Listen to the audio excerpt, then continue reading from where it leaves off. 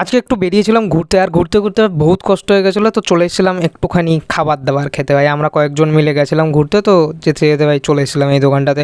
তো এসে ভাই অর্ডার করে দিয়েছিলাম একটা এগ চিকেন রোল, আর তার সাথে অর্ডার করে দিয়েছিলাম একটা এগ চিকেন নুডলস।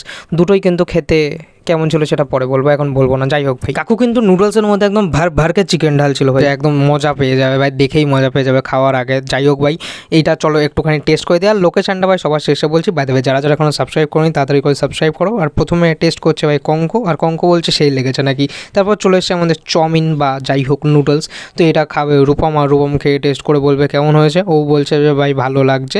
যাই হোক, এবার এগ রোলটা আমি একটু টেস্ট করি। এগ রোলের মধ্যে যে চিকেনগুলো ছিল ভাই, চিকেনটায় অনেকটা মানে স্মোকি একটা ফ্লেভার পেয়েছি, যেটা এক্সপেক্টেড ছিল না। মানে ওইটা পরে টস করার জন্য তাই হয়েছে হয়তো। আর এইটার লোকেশন হচ্ছে ফুলসারা আর হীরালালের মোড়ের ঠিক মাঝামাঝি জায়গাতে। আর এইটা হচ্ছে আমি দেখেছো, চিনতে পেরেছো। আর এইটা হচ্ছে কঙ্ক, যাই না কে।